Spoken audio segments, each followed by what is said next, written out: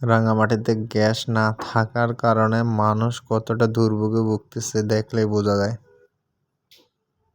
এই প্রতিটা CNG gas না থাকার কারণে বন্ধ হয়ে আছে।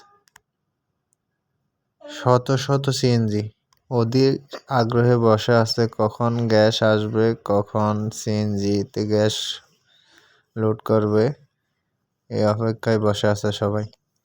কিছু সিএনজিতে দেখলাম সিএনজি চালকগুলো সিএনজিতে ঘুমাচ্ছে। তার মানে তারা গ্যাসের অভাবে এখন জীবিকা নির্বাহ করতে কষ্ট হয়ে যাচ্ছে।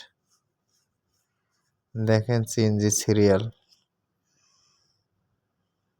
শত শত সিএনজি, শত শত সিএনজি।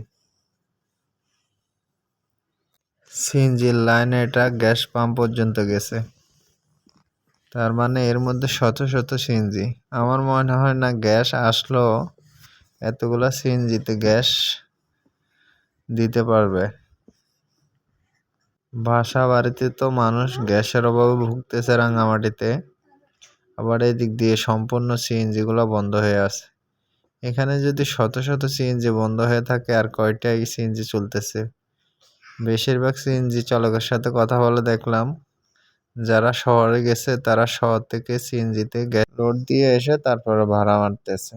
আর তার মানে হচ্ছে যারা শহরে যাইতে পারতেছে না, যে গাড়িগুলো শহরে যাইতে পারতেছে না, টোটালি তারা বন্ধ হয়ে আছে। এটা হলো গ্যাস পাম্প। শত শত গাড়ি অপেক্ষায় আছে কখন গ্যাস আসবে, কখন গাড়ি লোড দিবে, কখন ভাড়া মারবে।